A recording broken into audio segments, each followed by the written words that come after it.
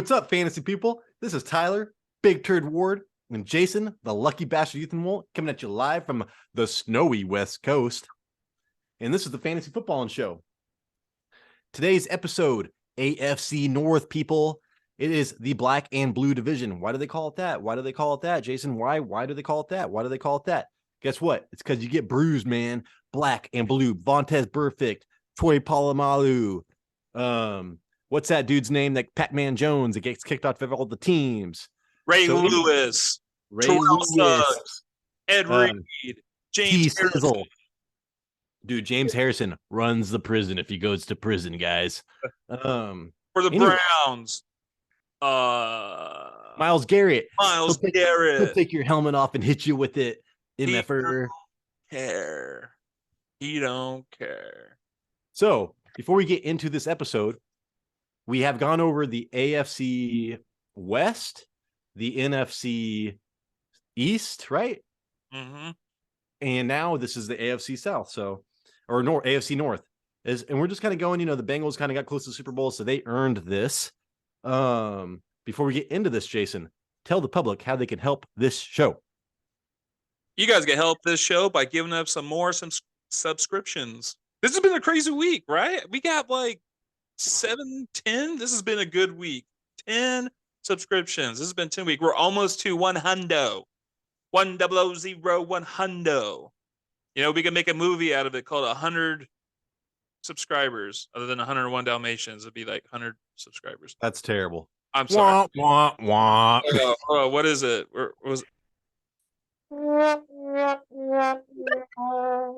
Bad joke, Jason. Bad joke. With that being said, you can also give us some likes. We got some crazy interesting comments this past week. Been very interesting. Make sure you say teams right. Depending on what coach. Go to Duval County, you're going to get jumped because you say our team's name wrong. Yeah. Wrong. Guess what, dude? Nobody's going to jump somebody for saying the team's right. They'll probably just tell you how to say it. Yeah. Hey, man. This is how you say it. Like, oh, I didn't know that because I'm from the West Coast. Appreciate it. Thank you. You want to follow me on TikTok? Be friends. If you can also, got like, comments, subscriptions. If you want, you can also follow us on the Instagram show, on the Instagram, the Fantasy Footballin Show, if you want some more content. Also, shout out to Jason's other channel, Drinking with Apex. Hey, if you like drinking, if you like Apex Legends video games, go follow him. There was a guy who left a comment, and he was like, I'm glad to see that other people like to drink when they play Apex. I'm like, yeah, man. It's a way to handle kids freaking smoking my ass and dealing with depression. Okay, go on. So I want to give out some shout outs. Number 1, No Huddle Football News. Hey, dude, he wanted to do a collab with us. I checked out this guy's channel. Super cool. He's so calm and relaxed about everything. It's amazing. So I think he just got 10 subscribers too, Jason. I checked. He had 63. I mean, one was us. But thank you for reaching out to us. That's amazing. Maybe we'll hit you up and here after the draft is what I told him. Kevin Hooker, thank you so much for subscribing, giving us some of that dopamine, dog, some of that dopamine. And then also Master of Gaming MLG. Hey, you might like our gaming stuff, man. We game. Thank you for subscribing. And then Crystal Rutherford. I think Jason might work with her. And guess what? You can say thank you to her face. So thank you. I did. I told her thank you to her face. I looked at her straight in the eye and I was all, thank you for your contribution. I turned around and walked away and went to work. A lot of paperwork today. Today is our beer town break time. What the hell? Beer time breakdown. And that's my wife laughing. And so I wasn't able to drink last week. I was on the antibiotics. This week I am not. PSA announcement. If you're a dude, check your nuts. Because, hey, cancer is a real thing. I don't want to get cancer again. That's why I'm getting checked. Hey, and I'm on all these hotlines on, doctors and stuff. Guess what? Ladies, go out there, get your boobs checked because 98% survival rate if you catch breast cancer early. So if you feel stuff, go get it checked because guess what, dude? Life is important. We want to drink. We want to talk football. Keep it going. Yeah. So that was the weird stuff I was talking about, Jason. It's not too weird because my mother is a breast cancer survivors. So I'm Yeah. all for it. October So, is Breast Cancer Awareness Month. Wear so pink. just like the great Ice Cube said, check yourself before you wreck yourself. Yep. I was listening to that song when I got online with Jason too, or when he called me before he said he had to order pizza. So From the anyways, to get into this right now, wasting your time. Mama said, Mama said, Bengals, AFC North Division champions. They are going to be, hey, you heard Joe Burrow, their championship windows, as long as he's playing for the Bengals. They are going to be, I don't know, dude. I love Joe Burrow. I think he's like, I mean, it's Patrick Mahomes, Joe Burrow to me as far as young quarterbacks. So I see the Bengals being relevant for a long time. How do you think that sounds, Jason? Yes, I'm all on board with the Bengals. Joe Burrow, man, that dude is cool. I wish we were Facebook friends if I had a Facebook. Going into like the free agency, damn protein. Um, it looks like it's kind of more on the defensive side that defensive side of players that are actually going to be hitting free agency. We all know he's one of the top 10 going into free agency, and that's Jesse Bates the third. He's our safety. He's an unrestricted. What's that? What's 5? He's a 5th ranked safety in the league. Okay. This guy played 16 games. Once again, he was 106% of the snaps he was on. It was crazy. 98%, dude. You know that same you and I go to the same website. This one said 98.2%. So maybe this website's a little bit more reliable than that 100+% stuff we've been looking at. Yeah, but 106 sounds good. I like that. As an overachiever, that's when you're like, oh, we gotta get him. We gotta get him. He had 71 tackles and he had one forced fumble and 4 interceptions. And one of the crazy things about this is that he's a safety for the team, but also the strong safety Von Bell, who is 28 years old. He's also an unrestricted free agent, and this guy, he was able to play in 16 games, 106.8% of the snaps he played. He had 1 sack, 77 tackles, 2 forced fumbles, and 4 interceptions. And then the guy who kind of improved a lot on the defense this past year, and it's Eli Apple. Eli Apple is also an unrestricted free agent. He's 27 years old. He played in 15 games. He played 93% of the snaps. He had 49 tackles, but he didn't have any forced fumbles or interceptions. He was basically the number 2 cornerback for the team. And the Bengals defense, they were 26 in point passing yards per game. They allowed 234 yards per game. When I think of the Bengals, I don't really think about. I mean, I think of Eli Apple, and I don't think about their safeties. I think about their defensive line, Yeah, and how good they are and how versatile they are. But I do want to say, so Jesse Bates, dude, makes pretty much $13 million a year, and then Von Bell makes $6 million. So between the two, dude, I mean, you're looking at almost $20 million, and you don't want to invest $20 million into your safety. It's like, you need cornerbacks, edge rushers, defensive tackles, and offensive tackles. So it's like, as far as that goes, I think that safety is kind of being phased out of the NFL. I mean, just look at Jamal Adams for the Seattle Seahawks. I mean, since he went out, they've actually been better on defense. I think he might be the highest paid safety in the league. So as far as like them retaining these people, I don't think it's a huge priority for them. What about Darwin James Jr.? Well, Derwin James is like, he's not even safety, dude. Like, he drops in, like, I think he is a safety, but he plays so many positions. Like, unless you're a Derwin James, I think he's like, he's like a 6'3", like 210-pound dude or something like that. But as far as safeties goes, if you listen to all this crap, it's like, it is literally one of the least significant positions in the NFL right now. I was actually surprised to see that their defense there were 26 and allowing passing yards per game, because I feel like the games I was watching, their defense actually, was pretty good, was pretty decent. And I guess it's like what we were talking about more. It's like their defensive line, maybe they were just putting a lot of pressure on the quarterbacks or like stopping the run, or just was the Bengals really playing from behind a lot? Like, I know Joe Burrow was like crazy in passing touchdowns this year. I think he had like 35, but I feel like they were more coming from behind. I don't know. I don't know. Maybe teams actually had to just resort to the pass when they were like trailing the Bengals. But I was actually surprised about that stat.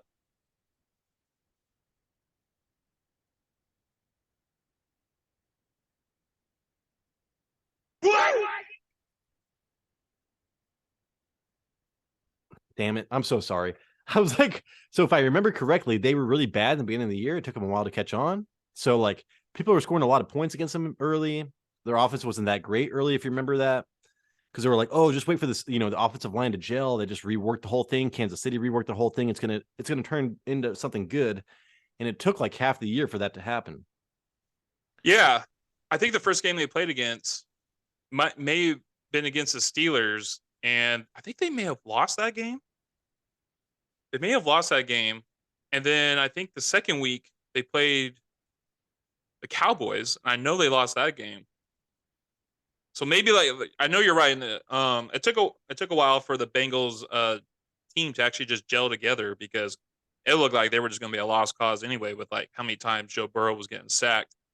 Um, I mean they made Mitch Trubisky look pretty good, right? So yeah, that's probably it right there, right? It just probably just took a while for them to gel together and actually start playing pretty well because I remember like towards the end of the season, like they had a very good secondary. So I think you're right, Tyler. I think it's like what you're saying. Just it's a mixture of like how the beginning of the season started. Just remember like back in like Hard Knocks on that, Geno Atkins was so good. He was like the best defensive tackle in the league. And I was like, if they still had him, it'd be amazing. But maybe they do. I don't even notice. But Kendricks is the guy that I really remember. I just remember the defensive line being really good last year and this year. Yeah, Um, they used to have Carlos Dunlap too, I believe. God, their yeah. defensive line used to be stacked. Oh, I know they traded Carlos Dunlap what to the Chiefs, and then Eli Apple. I mean, he makes 35 or 3,500,000 more than I'll ever make in my life. And then all these like tree names and plant names. Trey Flowers. I mean, these are two like people I've heard over the years and years and years. So they have veteran cornerbacks now. But so far they've only re-signed, one of their free agents, pretty much, or whatever. Who this And it's Cal Adonimus. It's like, what the heck is LS? I don't even know what LS long is. snapper?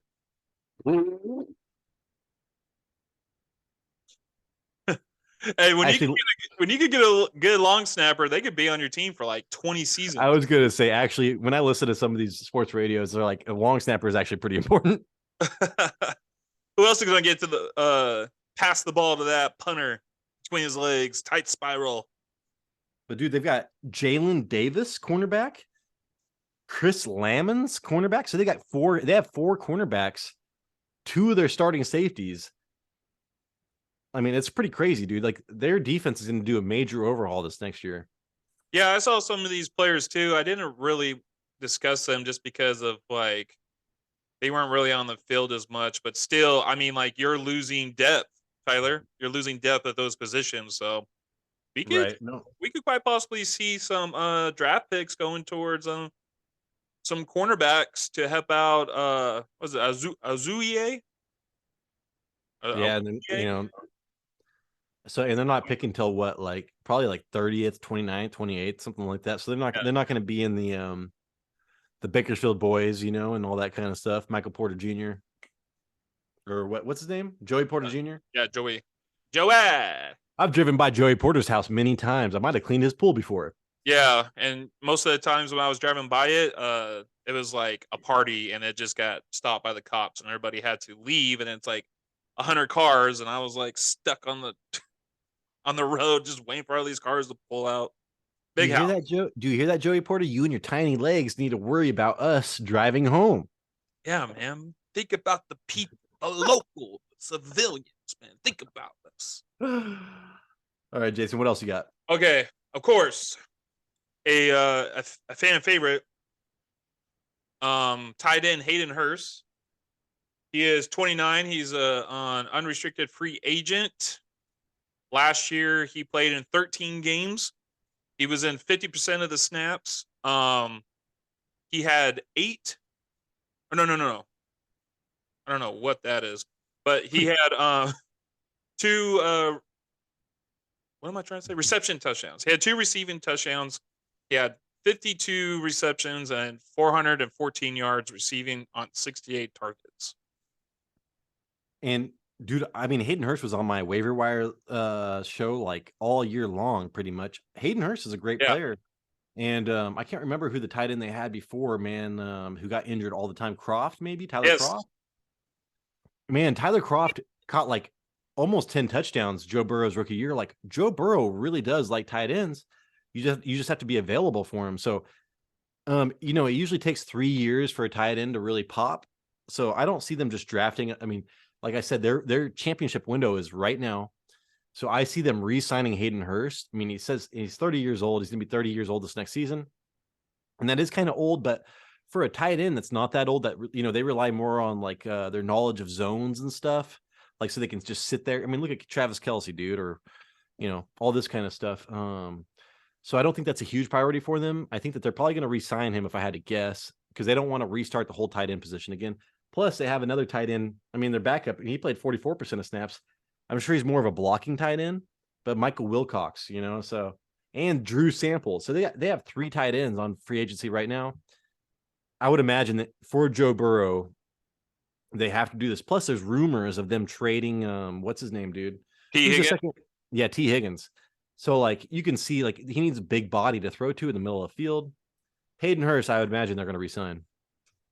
Yeah. With the Bengals being like a powerful passing offense, Hayden Hurst is probably what, number 4? So like option. So you're going to have Jamar Chase. You're going to have T. Higgins. Oh, that's not good. Is Tyler Boyd going to be in front of him, or is like Joe Mixon in front of him? He's going to be a guy that like he's a good player. I like Hayden Hurst. I liked him when you know, the Ravens drafted him years ago, but you know, he's the 4th option on the team. So it's like you're hoping that he's part of that offense that could, you know, where you could put up like 10 touchdowns in a season. But I think it's kind of a risk, but he's a high reward. He's a high reward. Yeah, and I mean, dude, I mean, if you're gonna wait on tight ends, I mean, you could pick up Hayden Hurst late, and if he plays every game, he's going to be a really good tight end. Yeah, he did get hurt and had to miss some games last year.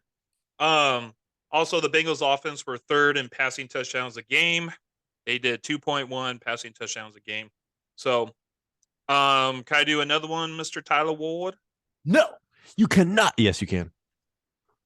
Okay, so this one's a big one because you know, you mentioned the T. Higgins rumors. I kind of don't believe those. I don't know. I mean, I believe he's still on a rookie contract. I could be wrong.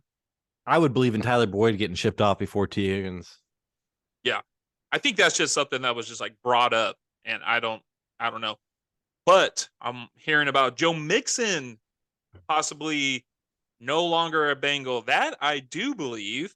But the thing is, Samaje Perine, he is a free agent, and he's unrestricted free agent. He's 27 years old. Let's see here. You know, I had to play him a few times this year because I had Joe Mixon and he had concussed. He was concussed for 2 games. Samaje Perine played that, but he only played like 42% of the snaps. He had 2 rushing touchdowns, but he had 4 receiving touchdowns. As a backup, you know, I feel like I've explained this a few times where I feel like he was a better runner, able to see those holes and like run into the gaps of the line a lot better than Joe Mixon. You know, I had Joe Mixon as a 1st-round pick last year, and I feel like he was a big old bust for me.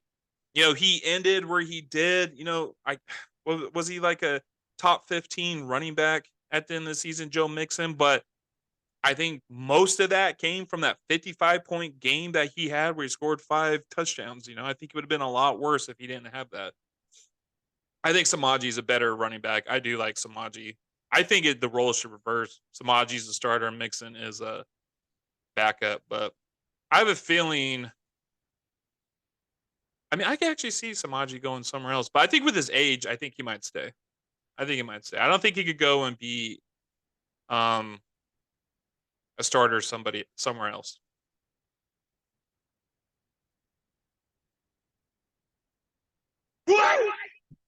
So Joe Mixon, sorry, dude, my dog's knocked my light off.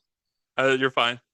Joe Mixon is likely a candidate to be a salary cap casualty, especially after June 1st, when the Bengals could save themselves over $10 million from cutting them.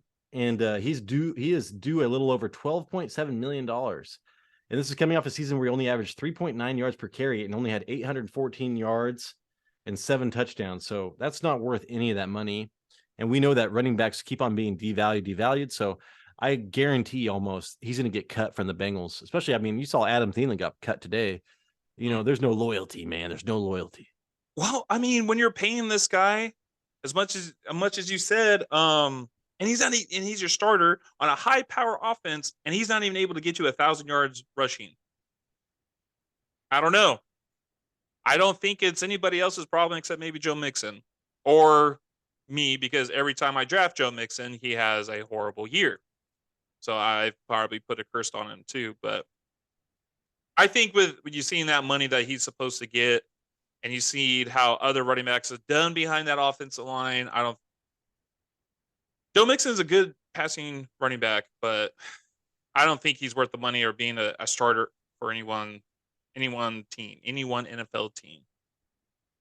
No, I mean, you just saw what's his name, dude. Like James Robinson is going to get released today or whatever.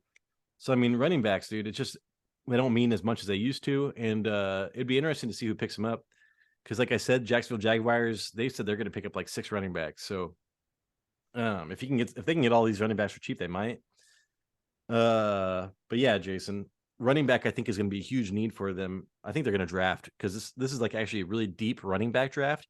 And even Bijan Robinson is going to go in the second round. He would have been a top 5 pick, top 10 pick, maybe 15, 20 years ago. So the Bengals are not going to, dude, they're not going to keep Joe Mixon. They're just going to get some new hot stud, some new hot dude. I heard that Johnson's going to go in the first round. I've been hearing second, but I mean, that just shows what the running back position has turned into. I think it might be late first round, but you know who's in the late first round and likely going to lose 2 running backs? The Eagles. Oh, right. Yeah, that's true.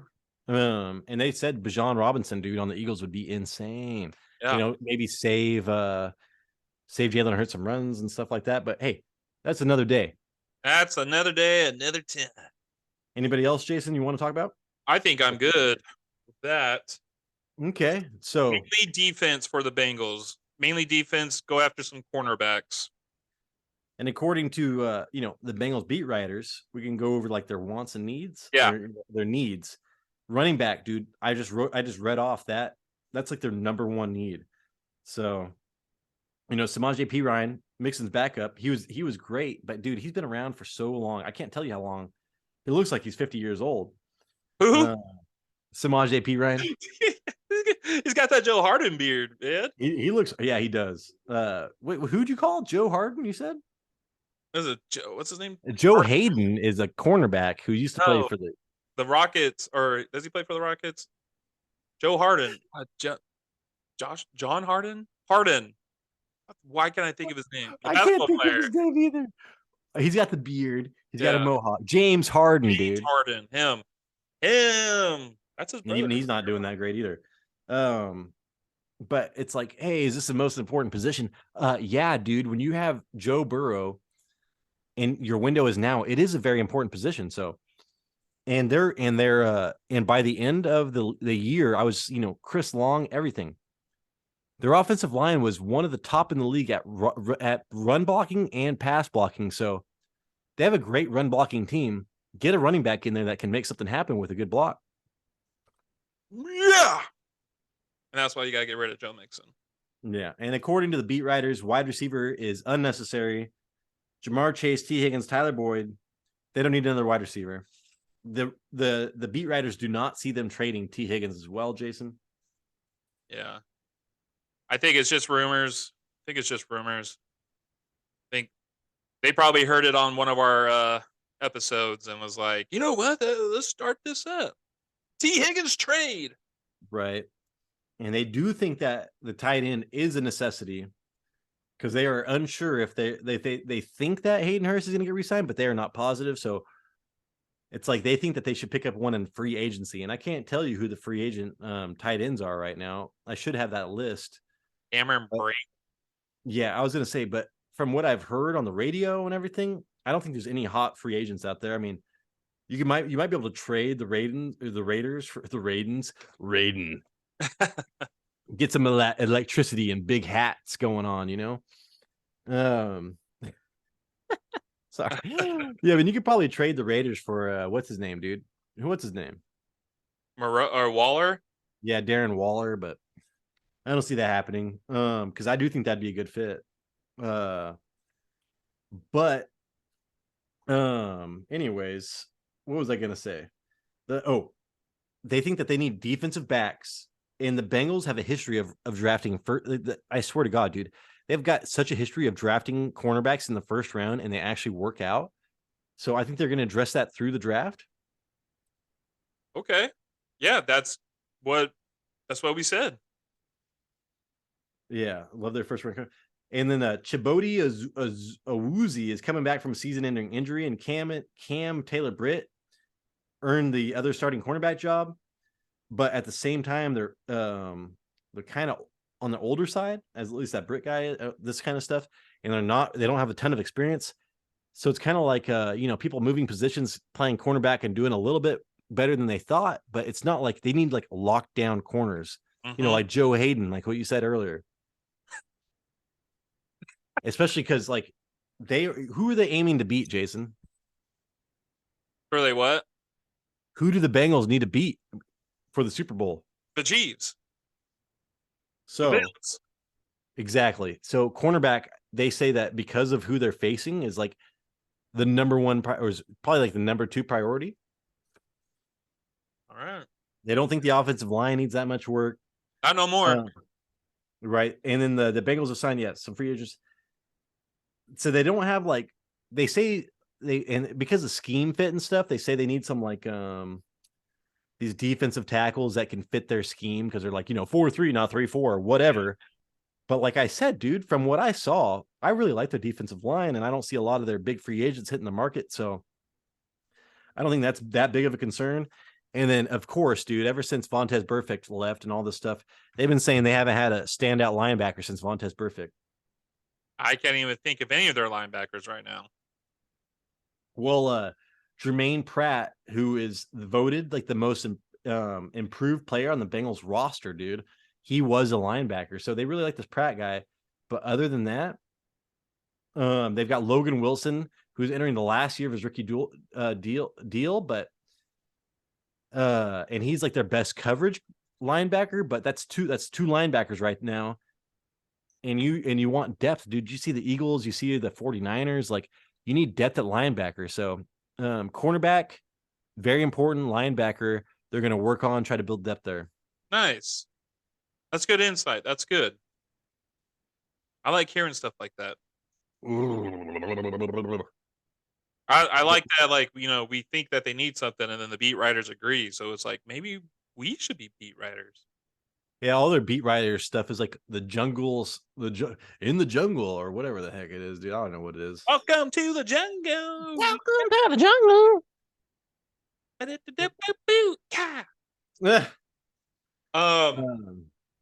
All right. I'm good. You got any more from the beat writers?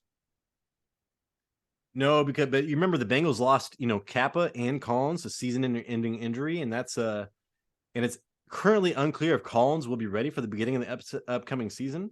Ooh. And then left tackle Jonah Williams was a lone starting He struggled in 2022, and he allowed 13 sacks as a tackle. So they are looking for another tackle. So like they're very comfortable if they get everybody back healthy. They're comfortable with their offensive line, but they need that other tackle. Yeah, I mean, Takes one sack to tear Joe Burrow's other knee, his other ACL. You got to protect Right. that guy. That guy's your franchise. That guy's the reason why you are Super Bowl contenders from here in the next like 10 years. Right. So I mean that's all I have for the Bengals. All right. You down to go to some Baltimore Ravens? Oh, dude, the Baltimore Ravens, one of my favorite teams growing up. Yeah. Oh, like early 2000s, they were insane in I the still hate Trandelfer. He's like, I don't care what they say. I'm a Super Bowl winning quarterback. It's like, guess what, dude? I would have been a Super Bowl winning quarterback. He probably doesn't talk about how he was a Super Bowl winning quarterback, and then I think he was released or traded 6 months after. Yeah, I think he went to Tampa Bay and then ate crap there, dude. Yeah, like Hey, why dog don't you go crap. yell at some 13-year-old and tell him how bad he is? There was Yeah, that I know. video of him. He's Yeah, in like, high school. You'll never be a Super Bowl winning quarterback.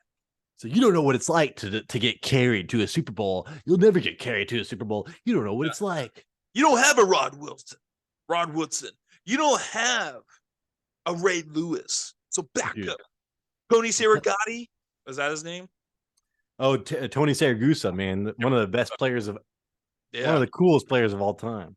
Rest in peace. So, okay, so Tyler, you got to change the background.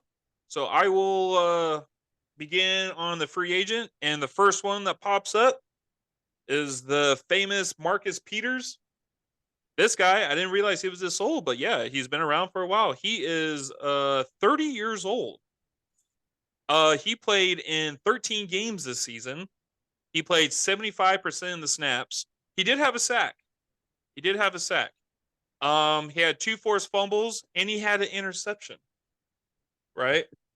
And that's really, I mean, let me double check here, but for the cornerbacks, oh no, there's someone else. Kyle Fuller.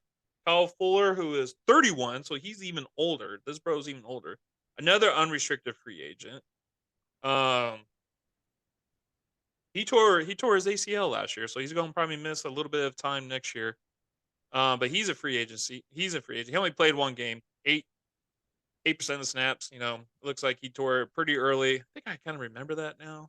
But so 2 of the cornerbacks are possibly gone. I don't see them keeping Marcus Peters or the ACL torn Kyle Fuller. But the Ravens defense was 23rd in passing yards per game. They gave up 229 yards per game. But if you listen to the cornerbacks for the Ravens, they say they gave up 200 yards to Jamar Chase because it was scripted. oh, like even the NFL is rigged type of stuff. Yeah, it was scripted for him to give up that many yards. I believe that in boxing and basketball, but it's hard to do that in football. Like the refs can hurt you, but as far as script, I don't think that's really a thing in the NFL. I do think that like just like the championship, dude, or the Super Bowl, I do think that the refs have ulterior motives or whatever. But dude, Marcus Peters, like people target him because he sucks, right? Like, dude, you watch this stuff. He only played 73% of snaps. He's 30 years old. He's making $14 million a year as a cornerback, $21 million guaranteed in his contract still. They're either going to cut him or trade him. I could see that definitely. Yeah, I mean, the reason why he got this big of a contract is because he had that crazy year for Kansas City where he like led the league in interceptions. And everyone's like, "Oh, this guy's a ball hawk. We need to get this guy." Is he actually a good cornerback? I really don't think so. I think he's pretty good at getting inside people's minds and maybe messing with it, like toying with it. But overall, I don't think he's that great of a cornerback. And that's why I'm even thinking like maybe this guy is not going to get paid after all. Might have to go somewhere on a 1-year contract. Did he go from the Chiefs to the Ravens, or did he go to the Rams first? I think he was a Ram, right? He was on the other side And of he did terrible there. He was like literally like targeted. And then maybe like it was the Ravens were desperate for some help, so they kind of like just traded him with that contract. And that's what this contract is all from, is from that original Kansas City to the Rams. Yeah, he He played only 1 year with the Rams, so maybe he was only there for a 1-year contract. But he played all the games, and but he only had like 3 interceptions. That year that I was talking about, where he like led the league in interceptions, or was pretty close to it, was 2015, where he had 8, and then it has slowly dropped. It was 8, 6, 5, 3, and then he signed with Baltimore, and he got 5, 4, 1, and now he's 30 years old. So they have, like you said, Jason, Marcus Peters, Kyler Fuller played only 7%, but he makes a decent amount, $2.5 million. Daryl Worley, he's gonna be they already signed him again because they actually like him. But he only played 6% of snaps, only $1 million. He's 28 years, and he's only 28 years old, but oh man, I'm like out of focus. I don't know why my camera does this sometimes. Because you're all over the place, man. Woo, woo. I don't know. Oh, here I am. Yeah. Hello, people. I see. So like, and then Kayvon Seymour, he's 30 years old. He only played. Dude, they're gonna lose a lot of cornerbacks this year, Jason. Yeah, and I doubt that they'll actually. I mean, maybe Fuller. I don't know. They must, if they really believe in him. We'll see what the beat writers have to say. But this could be like this could be like a battle, right? This could be. Oh, you know what, Tyler? We're under a minute. Maybe we should actually break this, and we'll It start. was a lot faster when I'm drinking. I was like, oh my I know. God. I just looked. I'm like, dear God. All right, cool. We'll cut it. All right. We already talked about the cornerbacks. We'll pick up after the cornerbacks, people. Thank you so much for watching this. Enjoy the cool sounds and the cool pictures, and we'll be back in a minute. Okay. Okay. Yeah. All right. I'm going to send an invite right now. All right. Okay. Okay. Hey guys, this is Tyler, and I'm happy. So, if you came back, guess what? We're drinking. If you can't tell, we're drinking, and we're thinking about football, and that's cool. Nothing rhymes with football. I'm sure it does, but not. I'm drunk, so I mean that's how it goes, dude. A football that I made from a Verizon call. Oh God, dude. Yeah, I'm an idiot. Okay. We're going over the free agents for the Baltimore Ravens, people. We just went over the cornerbacks, Marcus Peters is making too much money, all that kind of stuff. Sticking with the defensive side of the ball, Jason, what else is there? So, going over and looking even more at this stuff, like they actually got quite a bit on the defense that's actually leaving. This could be a concern for the Ravens because they're also, their Lamar Jackson is also still up there for bids. We'll talk about that kind of towards the end. That's why he's not on there right now because he was a free agent, but he is getting he got franchise tag, but we'll talk about that later. So we talk about the cornerbacks, and now their defensive end, Justin Houston, he's been in the league for like 12 years. He is 34 years old. Good God, I think he's an ex-Chief as well. He was awesome back in the day. I remember he been like, man, this Houston guy is jacked. Yeah. And, that was, dude, I think that's like right when I don't know. I mean, 12 years, dude. That's so long. That's a long time. 34 years old and he's still tackling fools. I know. And you know what? Like, he still did well. He did under 40% of the snaps. That's kind of like the threshold of where I kind of just like, do I want to talk about this player in free agency or not? It's usually around 40%, but he played 14 games last year, but 39% of the snaps. But for those 39% of the snaps, Tyler, he had 9.5 sacks. He also had 1 forced fumble and 1 interception. Dude, Houston was awesome on the Chiefs. I want to say he played it for the Texans too, but who knows? That's Houston Texans. Okay, so he played for the Chiefs for quite a long time, and then he went to the Colts. And then he played for the Colts for 2 years, and then the last 2 years he's played for the Ravens. I was like, he played for the Texans because his last name's Houston. The Houston Texans. I was like, Justin Houston Texans. I don't know why. I'm an idiot, dude. I'm such an idiot. No, that's great. I don't know why he hasn't gone there before. This is something that we need to bring up, man. I could see them re-signing him for a cheap, a veteran's contract. A veteran's contract. Yeah, and he's so old. When you get old, you don't want to move. Like me, man, I don't want to move. This guy wasn't even in there for half the snap, so he's probably in there for like third and long. plays. I don't think he was moving much, but I mean, he was doing enough. He got almost 10 sacks. That's pretty good for someone Yeah. that And old. then Jason Pierre-Paul, dude. I always forget that he actually played on this team. He likes fireworks so much. I didn't know he had time for football. Yeah, the 8-fingered freak was on the team, and you know what? He is a month older than Justin Houston, so he's even up there too. This We're guy, like, I'm like 3 years older than these fools. I know, huh? But we're not playing football. We're just talking crap about him. He played 15 games. He played more of like 49% of the snaps, and he only had 3 sacks and 1 interception. So Justin Houston actually played less snaps and got 6.5 more. He. Oh my gosh. Okay, now I really feel this like kombucha tea like really coming in.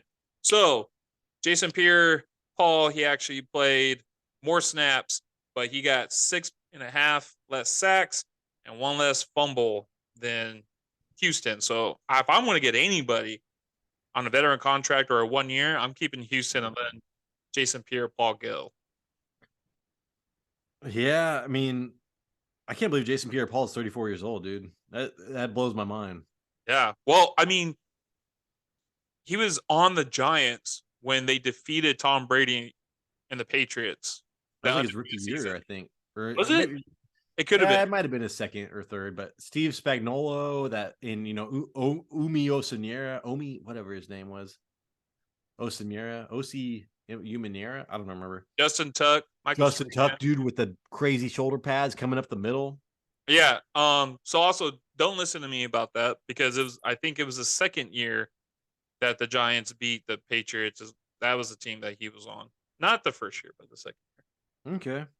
Well, There's Jason. also somebody else I just kind of wanted to bring up. It's our linebacker, and it's Robert Spillan. Mhm. Spill, and he's 27 years old. Um, and if I could just find where I had him, I don't know where I had him. This is kind of embarrassing. That's okay. I'm not even seeing him on here on this list for some reason, but Because you know why? Because he's a Steeler. I'm looking at the wrong thing here. God, Jason, what are you doing? So What about Roquan Smith, dude? He's only 26 years old. And he's guaranteed $45 million. They signed him from the Bears this last season. I didn't realize he was so young. They already re-signed him, so he's on the Ravens. And then Chuck Clark, dude, that safety, he got signed by the Jets. So did you see that? So no, I didn't. he's guaranteed like $10 million, dude. He's a safety making $5.1 million a year, and we've talked about how the safety is really not an important possession, but their position. But apparently, Robert Saleh thinks that this Chuck Clark's going to come in and start for the Jets. So the Jets already picked up this dude, and I think that's good for the Ravens because I wouldn't want to be paying my safety $5 million a year. Well, the Jets are the ones that drafted Jamal Adams, right? And then Exactly. So I was wondering if they're trying to fulfill, like, for their fans, or Woody Johnson's like, hey, we need a safety in here. yeah, maybe. I mean, good for them. I mean, you're saying like safety. You don't really hear much about safeties anymore, so we'll see how that pans out. So the linebacker I did find was like Christian Welch, and my mouse will start working. He's on the near the line that I wanted to discuss. He played 17 games last year, 46% of the snaps, 1 sack, and that's pretty much all he did. Um, and the Ravens defense, they were fifth in sacks. They were fifth in sacks last year, getting around close to 3, but they got 2.9 sacks per game, and that's pretty damn good for being in the top 5 for sacks. I guess it was just like spread out through the whole team. Yeah, dude, Christian Welch said for me, only played 0.4% of snaps. And he's 25 years old. He played that for Isn't that crazy? That you said he was like 46, and I've got 0.4. what is the correct one? I don't know. Who knows, dude? Go on the internet and see what's Google in all your symptoms and see what kind of sickness you come up with. well, It's real fun. this guy said, this is saying that he played 453 snaps. Oh, I believe yours probably if you got that kind of stuff on it. But yeah, dude, and if you look at all this stuff, I mean, dude, literally almost all their stuff is defense. And if you think about the Ravens are known for the defense. Their fans want a defensive Yes. team. We were Um, Tyler, you were talking about how this was a black and blue division. The Baltimore Bullies, man, that is a name for the Ravens. They love the defense in Baltimore. So yeah, I definitely agree with you. They want the defense. They want the defense. yeah, so they're gonna try to do what they can to sign some of these people, but man, there's a lot of money they've got going in free agency and defense. They're gonna have a lot of money to spend. I kind of wonder if they're going to try to go after that Hargrave or somebody big time because they're going to have a lot of money. Oh. There's kind of like two others important. I mean, I guess it's important, but wide receiver Demarcus Robinson. He wasn't great, but he's one of those dudes that I think he also came from the Chiefs. He's a free agent this year. He played 61% of the snaps. He had to fill in for like injuries, but this guy only had like 2 receptions and he had 5 drops. So he had more drops than he did, or he had 2 receiving touchdowns and 5 drops. So he had more drops than he did receiving touchdowns. And the Ravens offense were 19th and touchdowns per game, passing touchdowns per game with 1.2. I'd be surprised if the Marcus Robbins comes back next year. Yeah, I'm already looking at stuff like that. They didn't really work out too well. They're probably not going to do it. Maybe the Chiefs re-sign him. He played better for the Chiefs. Well, Patrick Mahomes can make anyone look good. Well, Tyler Ward caught 2 touchdowns. Maybe he's the next big thing. How old is he? Mm-hmm. I'm sorry. He's a 37-year-old cancer patient. Good luck with that. He's got the speed of a Jason Witten, but Patrick Mahomes makes him look like Tyreek Hill out there. The cheetah, like he cheated death. Hopefully. And one more person, Tyler, that I wanted to throw on here was Ben Powers, who's 26. He's the guard for them. I have him here. He played in 16 games, and he played a whopping 107% of the snaps. But the Ravens offense were 12th in sacks allowed, giving up 2.2. So they're in the better half of the NFL in sacks. But one of their guards is going to the free agent. Okay. Well, that's good. That's good, Jason, covering all that. Lamar Jackson, you want to talk about offense to start off with Lamar Jackson? How you feel the Ravens should re-sign him? What do you think? One more? No. 1 second. I just honorable mentions. Justin Hill, free agent. Justice Hill, him too. We all want Justice. He looks amazing, dude. You watch that full play, you're like, Justice Hill's the starting running back. Oh my god. He's a little ball. He's a ball of greatness. And he's only 26. Is he really? I bet they re-sign him, dude, for depth. Oh, I bet they resign him and they let this other guy go. Kenyon Drake. I bet they 29. He's also a guy that, he's going to get 1-year contracts, or he's going to come in and help your team out during half the season.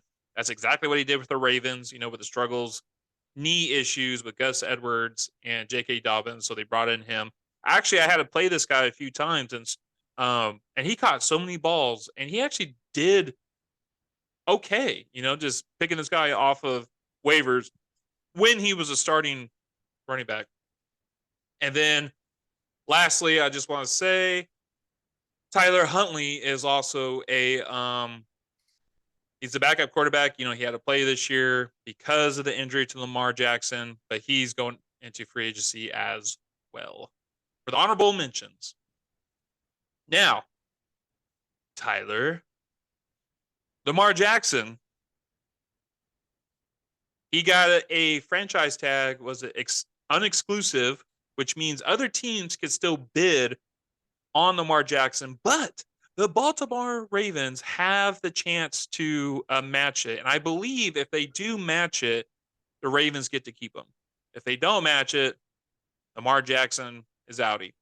I think there are teams who are definitely trying to go after him, and there are teams that are not. What is that? I think there's two teams that stand out because all the other pieces are falling in place so far. So there's only really two teams, I think. And who are they? So if Aaron Rodgers doesn't go to the Jets, and then Atlanta Falcons, dude, I think are the number one team. That is the team I want Lamar Jackson to go to. I want him to go there. You know what? But then again, this guy 2 years in a row has had issues with injuries and has had to miss some time, some playoffs. Are we really trusting Lamar Jackson? I don't think the Ravens really trust him as much anymore, and that's why he got the contract that he did. But there are other teams who just need a quarterback because they're struggling so much because most of the year they had a quarterback named Marcus Mariota who was playing for them, and just Kyle Pitts was not even an option. Just think about they got Lamar Jackson in Atlanta, who Lamar Jackson knows, like, oh, I'm going to throw the ball to my tight end, Mark Andrews. And now I got this guy, Kyle Pitts, who's just as good, just as a beast, but he's undervalued because no one gives him the ball. I want to do that. Also, Atlanta is one of the better running teams in the league because they like to run the ball.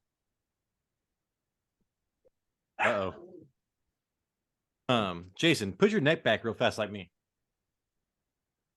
Yeah, you don't really have a neck. You're like, we're both the same height, man. Your torso must be like 6 inches taller than mine.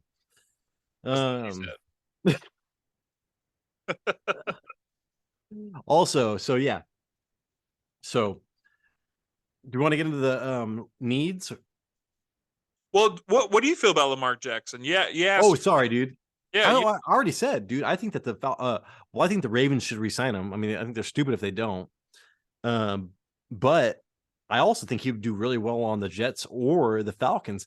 And I really like, Lamar Jackson loves throwing the tight ends. Put him on the Falcons. Let him throw to Kyle Pitts, dude. Unless the coaches are just so against Kyle Pitts like they've been. But Lamar Jackson might force the issue and make Kyle Pitts a star. So I really like the Atlanta Falcons on, indoors and all that stuff. That'd be amazing. But I think Lamar Jackson is worth signing, dude. Like, I'm not playing this whole quarterback thing. I would sign him to like a 5-year, like a 4-year deal, dude. Give him like a 4-year, almost $200 million deal, but don't, only guarantee like 85% of it or something like that. Because, the Browns screwed everything over with Deshaun Watson, and that's what he wants is 100% guarantee, but that is not what somebody should do. No. Especially on these quarterbacks that are like getting injured, these running quarterbacks that are getting injured. For me, it's hard to pay a running quarterback. This is what we see all the time, right?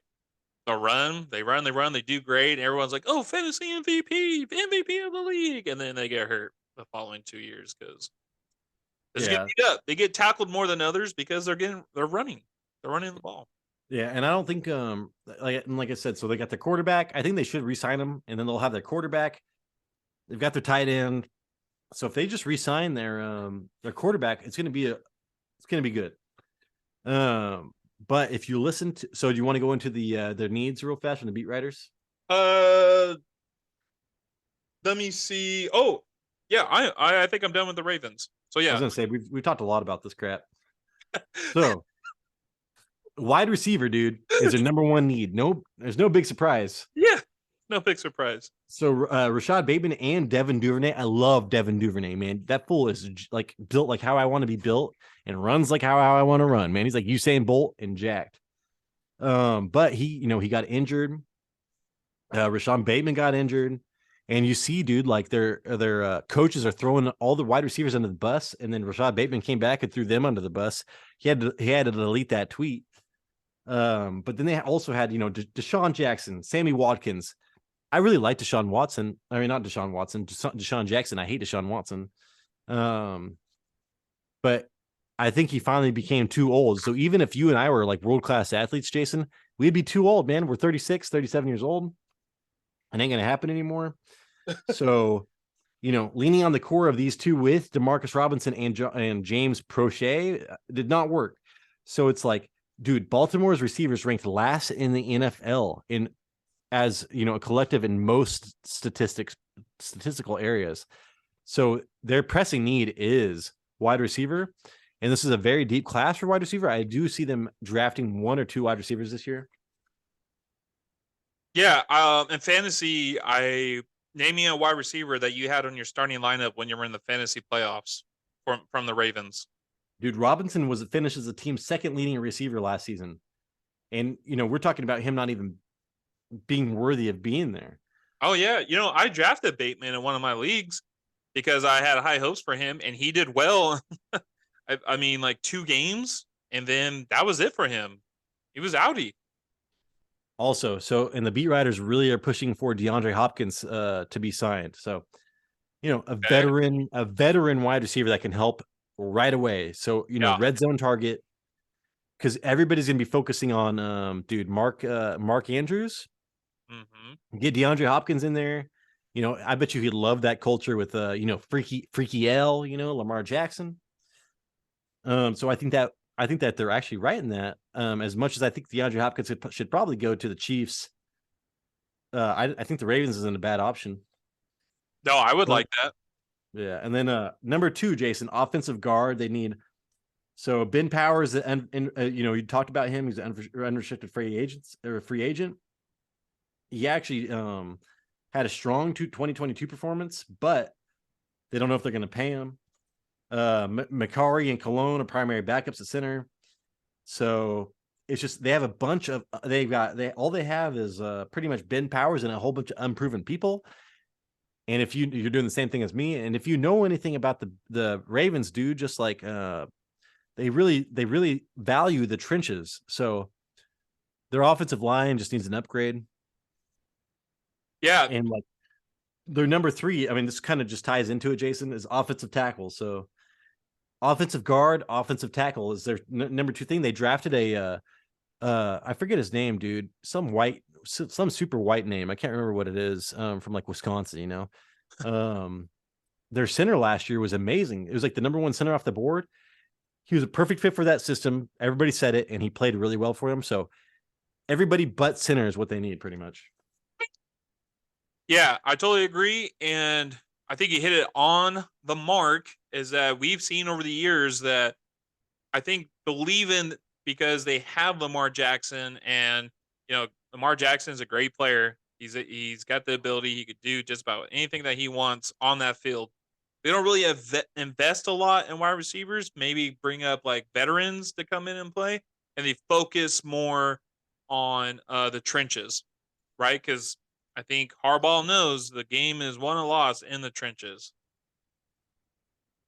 Yeah, and also and so going into the next thing, they want another running back because they're tired of everybody getting injured. J.K. Dobbins was I think leading the league in average yards per carry at the end of last season for the last 2 months or month. But you saw Gus Edwards, dude. He wasn't the same. He got re-injured right off the bat. You can't really rely on Gus Edwards. I drafted him maybe 2 years in a row, I think, maybe. And so the beat writers, I mean, it's all about defense and running backs here.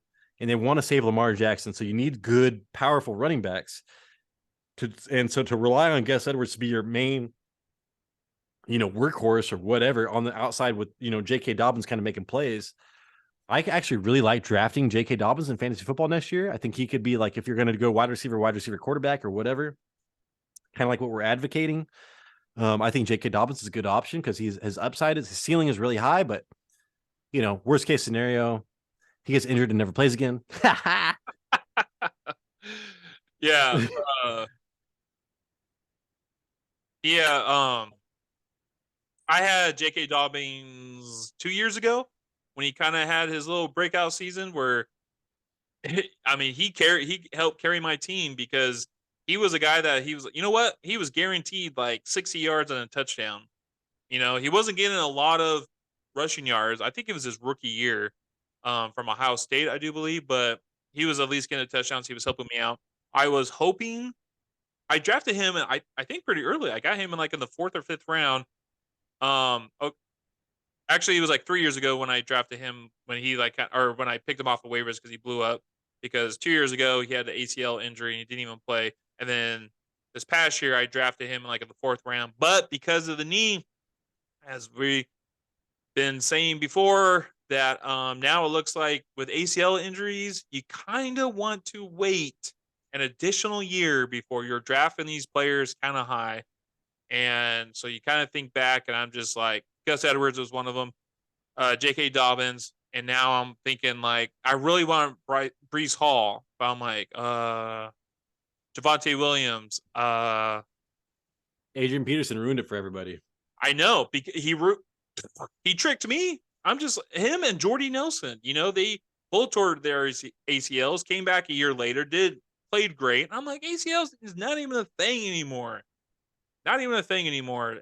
But we're starting to see it back again where now I'm starting to be convinced where it's like when someone tears their ACL, you might need another year. Do you see that lineman? I believe he's for USC. I think he tore his ACL when he was running the 40. Oh my God, are you serious? Yeah, he was like running the 40. I believe he was running the 40 and he tore his ACL, but he still showed up to do the bench press when he had crutches and a cast. And he did like, what did they do, 225 pounds, but he did like 38 times. That is about 38 more times than I can do it. Ha! Well, we're punter men. We're punters. I think the punters can lift more than me too, but guess what, dude? I'm not trying out for the NFL. I'm trying out for the XFL. XFL, yeah. As a cheerleader. A male cheerleader. All I got to do is pick up some like 90 pounds, whatever. Go! And then, tight end, they've got like one of the deepest tight end rooms in the league. Isaiah Likely and Mark Andrews, they're set there. And then quarterback, the beat writers are saying they don't need a quarterback because they've got Lamar Jackson. So beat writers believe they're re-signing Lamar Jackson. But I'm like, dude, let's draft somebody like I don't even know, dude. Some Lamar Jackson lookalike, at least like a running quarterback. The guy from the Gators.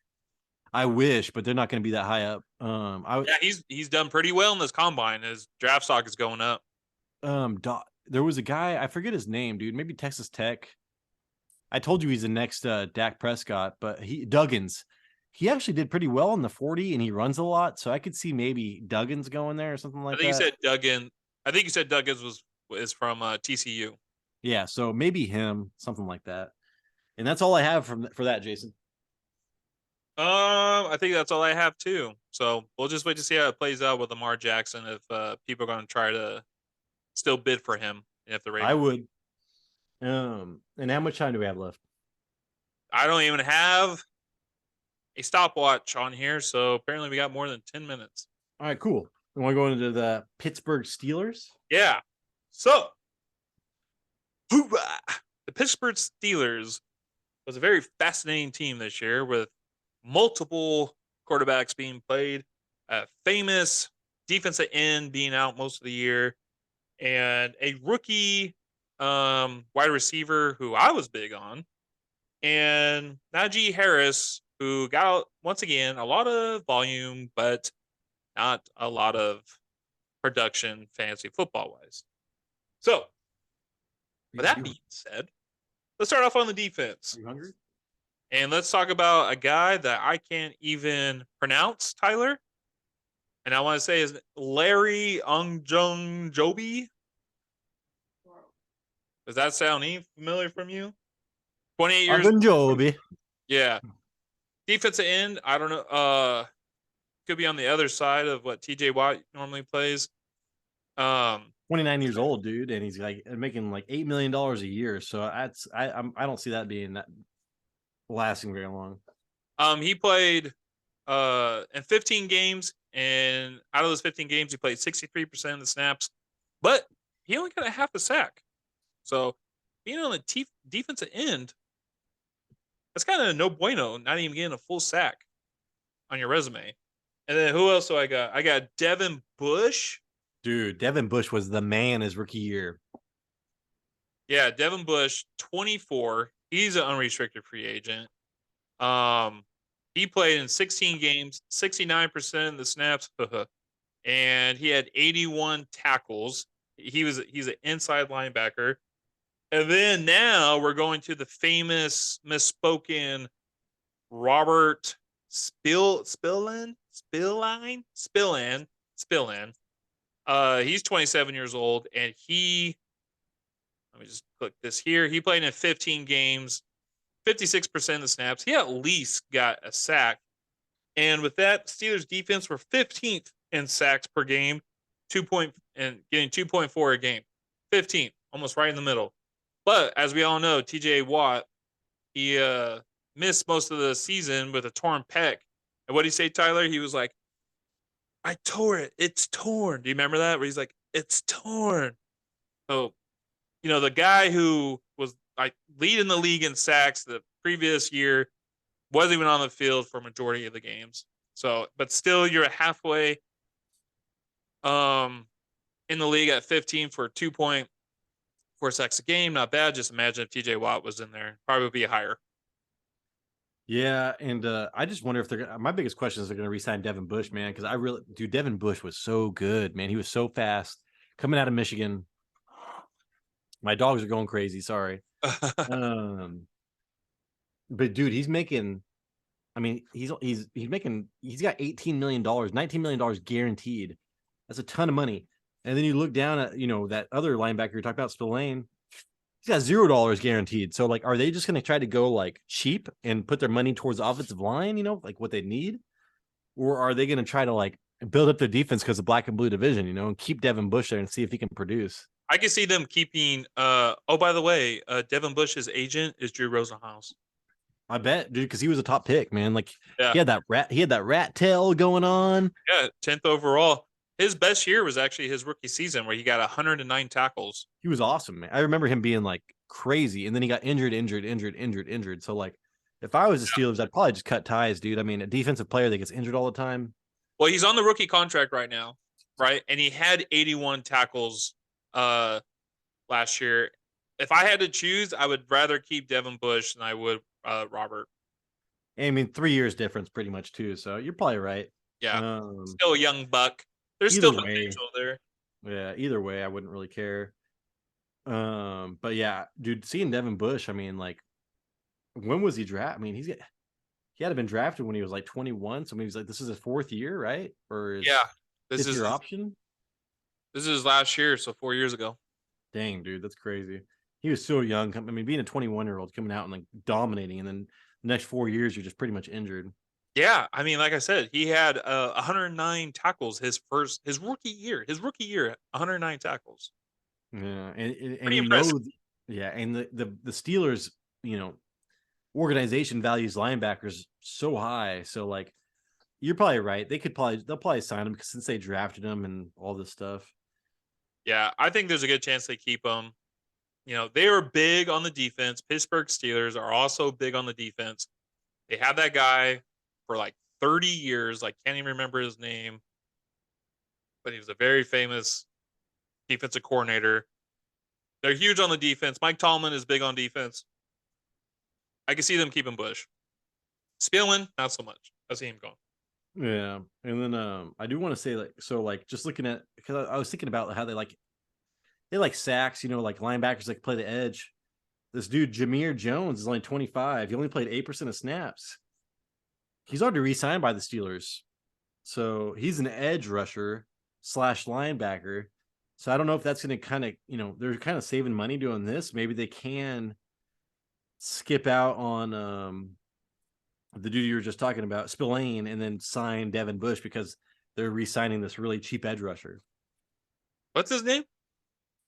Jameer Jones. So Jamir Jones. Oh my gosh, I passed him so many times. Yeah. So he's only making $940,000, but apparently they believe in him. If he's so young and they re-sign him at such an early time in the time frame as far as free agency. So yeah. Oh, I mean, he was man. They're gonna let this dude up. They're gonna let this dude go. They're gonna let Spillane go, or what? They're gonna let Jones go. They're not. They already signed him. Oh, they did? Then why is he even on this list? Okay, good. Sorry, I got the updated list that tells me all this crap. 2023 team. He's already the Steelers. Yeah, he was an undrafted free agent, and Jacksonville was able to get him. They only signed him for a 1-year deal, and then Pittsburgh got him for a 1-year deal in 2022. I guess they have high hopes on him. I mean, I don't know what all you could do when you're only playing 8% of the snaps and getting 5 tackles, but maybe they just see like on the practice field or tape that he's actually going to make a big step next year. Because technically, if you think about it, he's only been in the league for 2 years. He's kind of still on a rookie contract, so he's got Yeah. a lot of room to improve. But they must believe in him. So, All right, Jason. What other position you got going on? so I also had cornerback. Cameron Sutton. How did you know? I mean, he's making 4,500,000 is guaranteed 3.5 of that. This guy is 28 years old, and last year he played in 15 games. He had 92. He played in 92% of the sacks, or oh my god, snaps. He They had should re-sign him, dude. He's getting all the sacks. 92 sacks. He played in 92% of the snaps, and he had 3 interceptions last year. And this is on a team that I believe is a struggling secondary. So the fact that he was able to get 3 interceptions, that's awesome. And also safety Terrell Edmonds, he is 26 years old. And last year he played in 14 games, 82% of the snaps. He had 1 sack. So a safety was able to get a sack. And he had 65 tackles. And then last year, Steelers defense was 19th in the league in passing yards per game with 222. So they're in the bottom half of the NFL for their secondary's defense. The Steelers aren't what they want to be yet. Like the Steelers aren't running the ball and they're not playing defense. And like, what do you think? What do you know about the Steelers, dude? Like they run the ball and they play defense. So exactly. That very good, Tyler. I like that. That was very good because, and also in the very beginning of the year, I was like, dude, when they played against the Bengals, I was like, dude, the Steelers are back. Steelers are back. Their defense is amazing. And then it was just like week 3 and on, I was like, oh, they're crap. Even with Fitzpatrick back there, Micah Fitzpatrick, I believe is his name. I was like, oh, they're kind of crap right now. And never mind. I'll take it back. And then TJ Watt got injured. I'm like, yeah, I'm not trusting Seattle's or Steelers defense this year. I think they probably going to have to improve. Of course, they're going to have to improve on the defense. I think they might go more in like the secondary for free agency or the draft. okay. Any other position, Jason? Because I'm going to bring up the guy that I hate. Bring him up. Mason Rudolph. Oh, that's you're good with one. You were good with James Washington, and that was it, dude. Guess what? Yeah. You and your big old gummy teeth. Get out of here, man. You go be the backup for somebody else. We don't like your kind. No. We'll send you to the Browns, so you got to go to the locker room with Myles Garrett and tell him all this racist stuff that you say, Yeah. See how that goes. Myles Garrett will punk him again. Myles Garrett would be like, Rudolph, give me your helmet so I can hit you over. Okay, thank you. Yeah. Here you go, sir. Here you go. I don't want to get hurt. Bam. Yeah. Too bad. Just look that way. I'm going to hit you in the back of the head with it. But yeah, dude. And then other than that, like they've got their fullback Derek Watt, who they're probably going to sign just to keep JJ Watt happy and the Watt family happy. Hey, dude, that's my all those Watts. It's like the Ball family. Just sign them all. Yeah, you know what? It's just like any electronic. You want double the watts. That's good, Jason. Let me keep my bro. That's good. And then what else, Jason? What do you see here? Right tackle. Not really too much. There's some honorable mentions where Benny Snell Jr., the running back, who a lot of people have invested fantasy pickups this year. He's hitting the free agency. I don't think he's going to be back because they think he might have found a stud with Warren. Oh, dude, yeah, Jaylen Warren. Mason Rudolph, Audi. To me, that's pretty much it. With all the key concerns, it looks like it's it to me. Maybe I think they had a terrible offensive line this year, so maybe in this draft or free agency, they're going to go after offensive line and they're going to go after the defense. They're going to go after some defense. So just to help with their identity, because like you said, they're more of defense and running the ball. So Hey, if you ever have a chance, watch that movie Identity with John Cusack. oh dude, that's crazy. That's and yeah, Ray Liotta. All right, so that is it for our free agents of the Steelers. We're gonna come right back with the skid mark of the NFL, the Browns. But before that, we are going to go with we're going to talk about the needs real fast. So beat writers talk about the needs of the Steelers. Yeah. Then the skid mark, dirty man, my underwear stinks. Check it. Skid mark. The Browns, Deshaun Watson trying to get with all these whatever, dude. And then we're going to finish it up. So please be okay. Okay. Take my picture, Jason, because we could use this as a, one of those things, a thumbnail. So, people, we're back. Click this. Thank you for sticking with us. I know this is a long episode, but hey, dude, there's 4 teams in this division. I don't know how many teams are all in all these other divisions. Oh, yeah, there's 4. So, for some reason, we're talking about this a lot, but we're drinking. Life is short. It's important stuff. Football. So, we were talking about the Pittsburgh Steelers and their free agents, how much money they're going to cost, the likelihood of them resigning, all that stuff.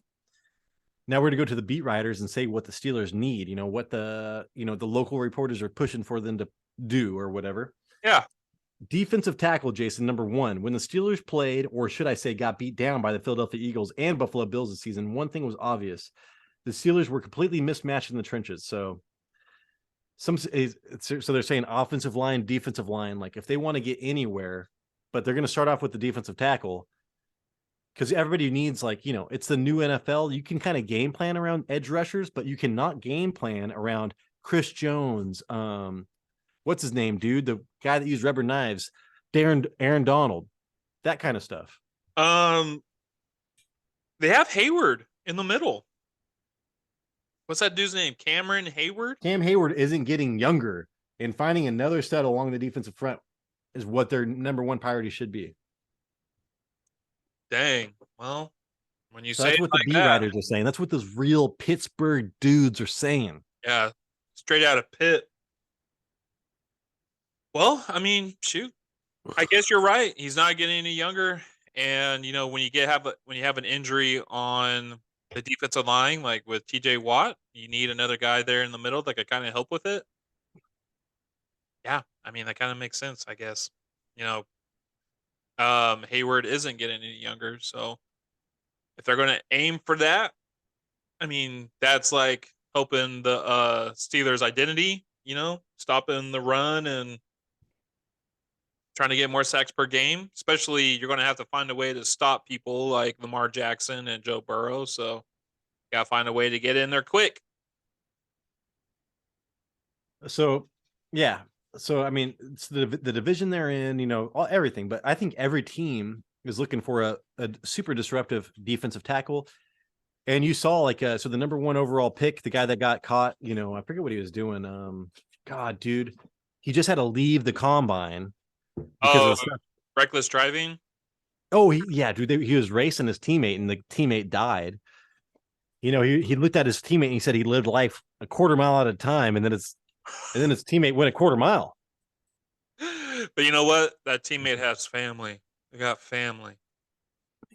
If Vin Diesel was there, none of this would have happened. Vin Diesel drove into a train against Paul. Right. Number 1, I want to say I apologize, and our thoughts and prayers go out to that player's family. I have no idea who it was. I have not done the research, but that's a terrible thing to be so young. I'm talking about dying at my age. I couldn't imagine being at the prime of your life, dude, so young, so much ahead of you and dying. I apologize. Getting into that, though, Vin Diesel pops wheelies and burns rubber at the same time. You know what? And it's crazy to even talk about that because Paul Walker died in a car too. Hey, So dude, I still can't listen to that one song. It's been a long time. Something, something, something. Till I see you again. I'm like, oh my God, I'm going to cry. I do cry. So, number 2, though, Jason, wide receiver, they have got George Pickens, Yes, Pickens. who's amazing, dude. We all know he's awesome. Deontay Johnson, who ran like a 4.5. But hey, guess what, dude? He gets open. But they just traded Chase Claypool away. And guess what, dude? The Steelers are known for drafting wide receivers. They think that is the number 2 wide priority. Oh, really? Yeah. How does it say anything about Johnson's stats? Is he getting kind of up there in age? I think he's still in his 20s. I think he's or I think he might only be 27, 28. He was relatively young. I just watched his combine, and it wasn't that long ago. It's maybe 2017. But So their problem is what if George Pickens or Deontay gets hurt? Like yeah, they're a good duo, but there's no depth behind them is their problem. maybe they're trying to get somebody also to really run that slot route. I really like George Pickens, but the thing is, it's like I mean myself included, we get caught up on his clips of pushing over DBs and linemen, but I mean his percentage to catch like over target isn't great, and I think he can make spectacular catches, but he also cannot separate from the defensive backs, which causes these incomplete passes. Um, which is different from like Devontae Johnson because he's so fast and he's like so quick that he's able to get separation, but he doesn't have the spectacular catch ability from like Madden '07 like George Pickens does, and he could make those catches. So yeah, I could see that. Try to get somebody who could like probably bring more of a balance of a little bit of both, and maybe run in the slot. Yeah, I think that could be a good idea. Yeah, there you go. I mean, or they could just sign a veteran, dude. Not Cole Beasley-ish, but like Cole Beasley a couple of years, like last year when he played, 2 years ago when he played for the Bills type of situation. Yeah. Number 3, left guard. So they need to improve, like I said, they need to improve in the trenches. They like Dan Moore Jr. and Kevin Dotson, and they only have 1 year left on their contract. So they just need to build. They're just talking. They need to build depth in interior offensive line more than anything. Yeah, I mean, you got yourself this year a rookie quarterback. Um, Now, if you could get your second year quarterback just a little bit more time to make those throws, let those wide receivers run those routes. Yeah, I mean, we've said it in previous episodes. Like these guys have a horrible offensive line, so we've seen it how like Najee Harris could go out there and look like Joe Mixon and not have a very high yards per carry. So I can understand that. We've been saying they need to go after the offensive line. They need to improve it. I mean, they had that one dude, like 6'5" ex-army dude, Villa, whatever. He was their only good offensive line for a long time. Pouncey, I think Pouncey's long gone. I think they might have both retired. And they have not really solved those issues since.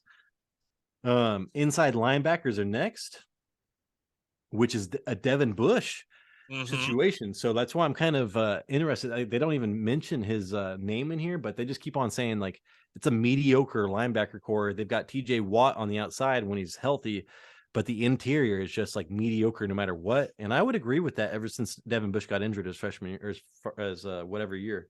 Yeah, I mean, apparently we're not the only one that sees it. That he had a great rookie year, but then injuries caused him to slow down a little bit. Like I said, he did have 81 tackles this year. Um, but there's always room to improve. Like you would want your middle linebacker to be like the general of the defense, right? He's like the general, the captain. You kind of want this guy to be getting more involved in more tackles, like at least over 100, and somebody who can also stay healthy. So, yeah, I can understand going after somebody. All right. Lastly, cornerback. So the Steelers need help at cornerback, and a lot of this will depend on how they handle contracts with players like Kello Witherspoon and William Jackson III. Either way, the Steelers were able to make do with their patchwork secondary. But dude, you watch that team; their secondary wasn't anything to talk about. So it's literally like it's offensive line and all defense, offensive line, all defense. And if you ask me what the Steelers need, just right off the top of my head, I would say offensive line and defense. So that's no surprise. Yeah, I'm with you on that. Offensive line first. You got to. Najee Harris is a beast. If he's getting the ball 100 times a game, you're going to have to like make ways for him to actually break through and get some runoffs, right? So I would go after the offensive line. I wouldn't be surprised if they get a cornerback in the first round of the draft, though. But hey, dude, how awesome would it be if Michael Porter Jr. They could do something to get the Steeler tradition going on there, or Joey Porter Jr. Sorry, my bad. Yeah. That'd be pretty good. That'd be pretty good. All right, Jason. Well, let's get into the skid mark of the league. Okay. Yeah, it's time to talk about the Browns free agency. You know, they're a team that's like, hey, you know what? We don't care. We just want to win. So let's get Deshaun Watson. Anyway, that's a whole other conversation to be had. What do you point at? Oh, it was Old Spice. Oh, you can't see it because it's so washed out. The Chauncey Johnson. Oh, dude, look at the Browns, man. Look at even what their thing looks like, dude. It looks, dude, Ray.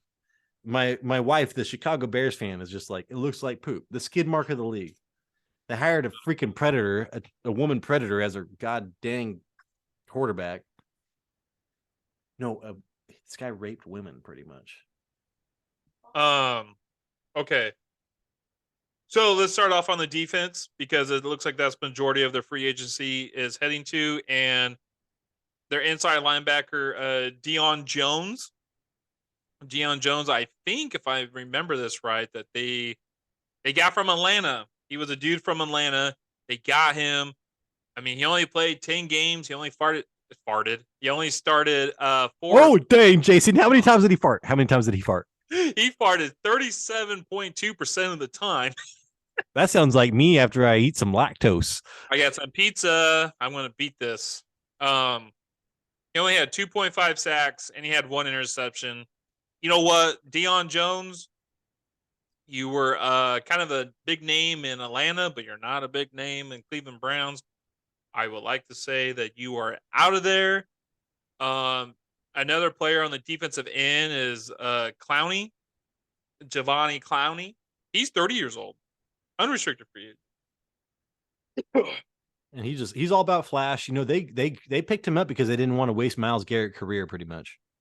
He only played in 12 games last year. He played 51% of the snaps, but he only got 2 sacks and 1 forced fumble. He did much better for what, the Seattle Seahawks the year before. I forget who he played for the year before. I think it was Seattle. He did well, dude. And then he actually got signed late here, and that's why he got what he got. The next we have defensive tackle Taven Bryan, who's 26 years old. He's almost 27. Oh shoot, I clicked the wrong thing. This guy played in 15 games last year. He played 61% of the snaps. He had 3 sacks, only 25 tackles. And last but not least, I'm going to go after the linebacker, which is something that you would see in Rosetta Stone. And his name is, if I could just find it here, is Zion Takiti. Be back. I gotta let my cat in. Okay. And he's their linebacker, and he's 27 years old.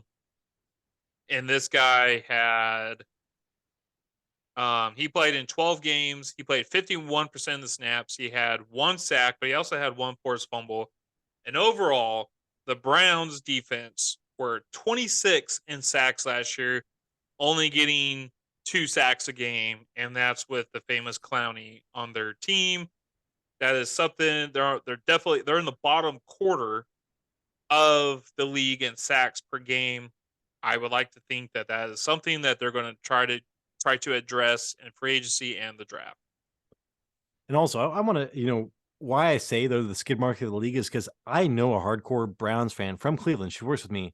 She disowns them, dude. Like, she literally disowns them. And everything I've seen online, dude, their fans are disowning them because of this. So it's not like I'm just piling on it, dude. It's like, I'm just trying to reflect your fans.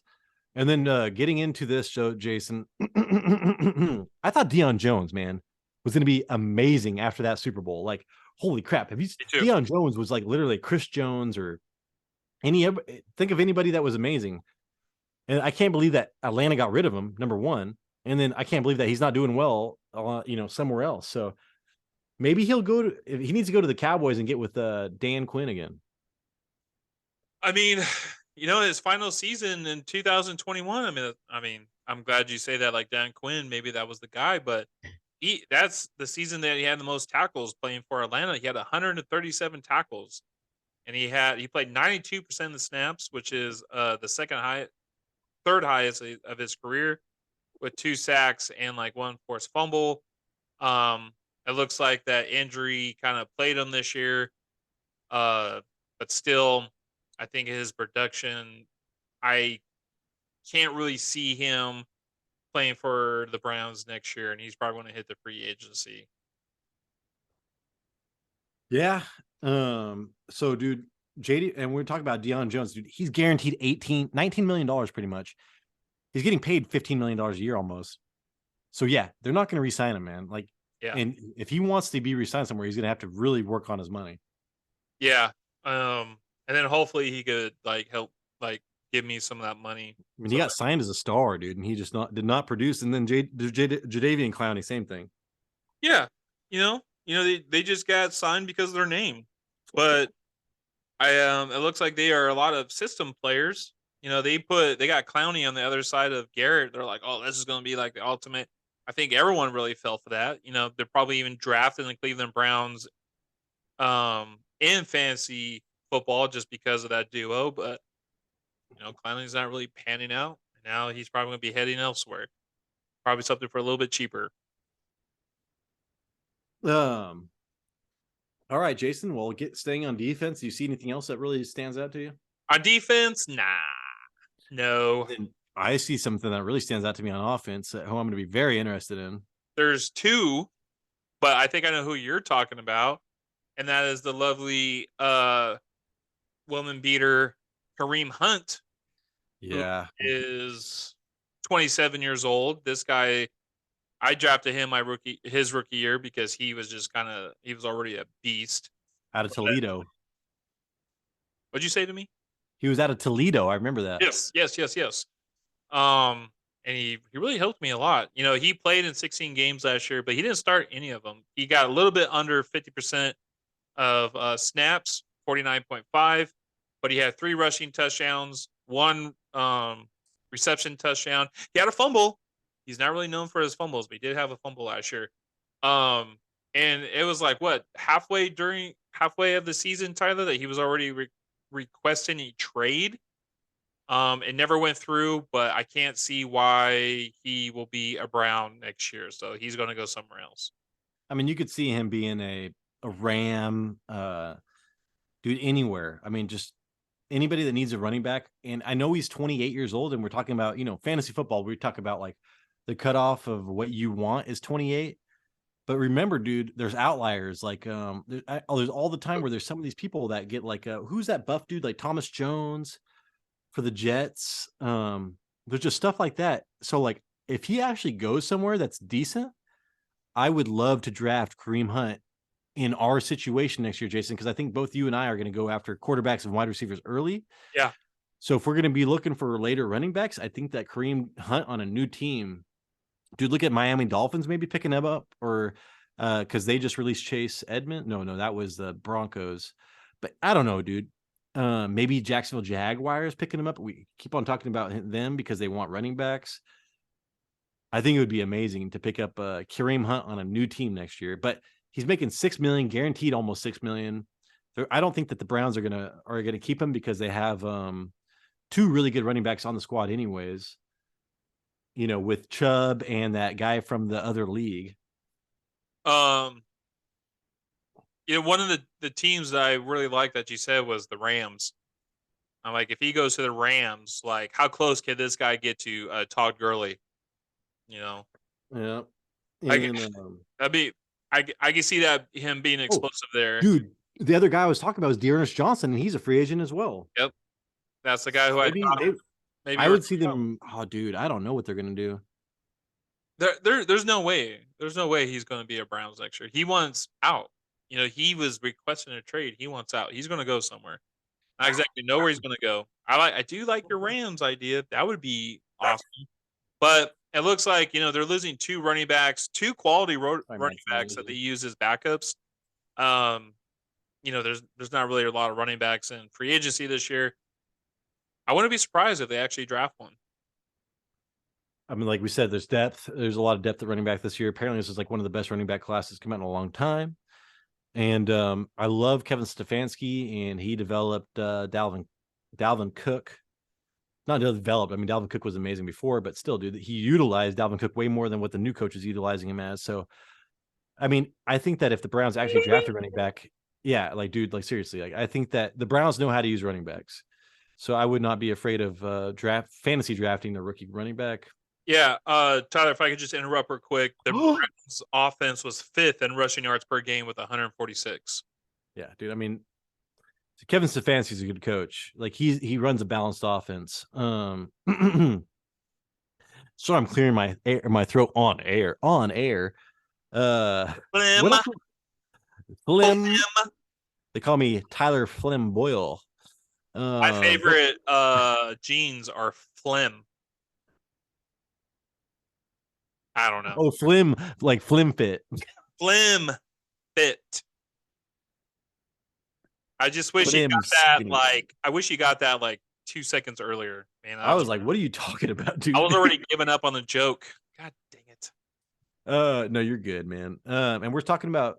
Do you want to talk about the other person that I really am disappointed in? This is like, dude, this is a heartbreak to me. Is Jacoby Brissett, dude? Yeah. Yes, I got him on here. He is Joby Brissett Jr. Why did they put? Yeah. Is he a junior? I think No, I'm just thinking, dude. It just sucks. I think I meant to put his age, and for some reason I put junior. But Jacoby Brissett, he's 30 years old. I think he's one of the most underrated backup quarterbacks in this league. He's been bounced around all over the place. Last year, he had to play quite a few games. He started in 11. He played 75% of the snaps. He had 12 passing touchdowns, 6 interceptions, but he also had 2 rushing touchdowns. One of the problems that he had was holding on to the ball because he had 6 fumbles, total of 8 turnovers all in together. But he is great at managing the ball. I think he's a good dude. I think he's a good player. But in the end, who are you going to start? Jacoby Brissett or Deshaun Watson? Yeah, and I don't think he wants to stay there, dude. Like after the situation and everything, like it's just not good for him. And it sucks because he did Kevin Stefanski's system so well. Mm-hmm. But dude, I just really wish that Deshaun Watson wasn't there and Jacoby Brissett took him to the playoffs and is just going to make him a playoff team for a while. Because whatever, dude. I just really like Jacoby Brissett. We called him Jacoby Brisket. I love brisket. That's one of my favorite meats. Oh, let's go. yeah. So we already talked about the running back. So they need so they're not going to have much depth. I think they're probably going to draft a quarterback, late. There's a lot of good late quarterbacks this year. So they're going to have to draft a running back, like we said. And then they have an amazing tight end, dude. Okonkwo, I think. No.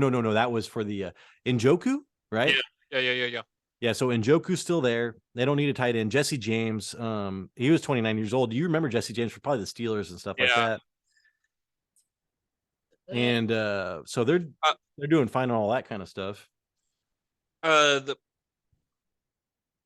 Browns, their offense was 22nd in the leagues in passing yards per game. They only averaged 202 yards a game. There was a few times last year that I had to start Brisket just because of my quarterback issue with Russell Wilson and Aaron Rodgers. But you would think that's going to go up here with a off-season training camp, preseason for Deshaun Watson on the team. So you think that's going to go a little bit higher, which will increase the value of Donovan People-Jones, Amari Cooper, and Njoku. All right. So, I mean, as far as that goes, Jason, I mean, there's not too much going on with the Browns. You want to talk about what we think they need? One person, their center, Ethan Pocket. Let me look at this dude. He's 27 years old. Oh, 69%. Dude, 70% of snaps, 28 years old. Yeah, dude, for only $1 million, that was a sweet deal. Yeah, he played 12 games last year. He started 11 of them, 72% of the snaps. What do you think? You think with a sweet deal that they're probably going to bring this? He's getting paid, dude. I think he'll come back because when I see a name like Pochik, I think he's a hometown dude, you know? And then yeah. But like you can see him at the local pub. You can see him at the but local yeah, pub. but he's gonna be like, dude, I'm only making $1 million this year. That's not gonna work for me. All right. Yeah. I'm gonna need like $10 million Yeah. a year for the next 3 years. And I think they're gonna and like, dude, center is one. I mean, you saw Jensen for the Tampa Bay Buccaneers. Center is one of the most important positions in the NFL. And I really like Stefanski. He knows how to do the offensive line and run the ball. They're going to keep this dude. So I expect them to re-sign with money. I can see that. I mean, if you're playing that much of position, like sounds like the people like you, so they're going to keep you. But with that being said, there's not much going on with the Browns this year. I think it looks like they might be going after some defensive line, and they're looking for a compliment. They've been looking for a compliment to Myles Garrett. I mean, that's they thought they had that in Clowney. That's not happening. Right. But they didn't get it. They didn't get it. I think they need and dude, man, if they could just get some interior linemen, but who knows? I mean, they traded so much for Deshaun Watson. Tyler, what do you think? Are you with me? Where it's like, how many fantasy managers actually try to pick up the Browns in certain situations just because of their defensive line of Myles Garrett and Clowney, and it didn't pay off? Oh, dude, I thought they were actually going to be a good defense this year, and yeah, never. And plus, you think about that division when they play divisional, it's always a defensive game. Yeah, but not so much, man. It's kind of the NFL is changing. It's I'm stuck in the 15 years ago, and with Troy Balabalu jumping over lines and stuff. USC. Yeah. I mean, I even started like the Browns against Joe Flacco and the Jets, and that burnt me pretty bad. So they definitely need somebody on the other side of Myles Garrett, so Myles Garrett's not getting double teamed as much, and he could do more damage because Myles Garrett is kind of a beast. He's kind of a beast. He is. Okay, so let's talk about the needs going into the offseason for the Browns. Okay. According to the beat writers, I think there's only 3 big ones. I mean, this was the Dog Pound Daily. The Dog Pound. Down pound. And they spell it with a W, man, just like Banjo. Banjo the dog, man. So find a new defensive coordinator. So in this division, you need a good defense. And so Kevin Stefanski was an amazing offensive coordinator, but as far as him choosing defensive coordinators, hasn't really worked out so far. They requested to interview Brian Flores, who my Vikings got, and then they're trying to get Jared Mayo from the Buccaneers, and then they're trying to get the Jim Schwartz from the Titans or the Seahawks young defensive coordinator, because Pete Carroll is really the defensive mind there. They're trying to pick off his next up. So number one of them is trying to fix that defense, Jason. Yeah, you said it best, Tyler. It's a black and blue division, but if you don't have the defense that can keep up, you're going to end up at the bottom, just like the Browns did this year in their division. They invested a lot in their offense. That's why they went out and got Deshaun Watson.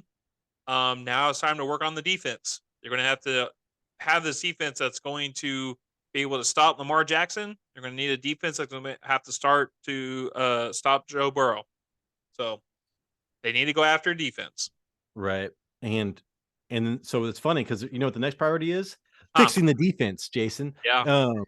So they allowed 135 yards rushing per game, which was eighth most in the NFL.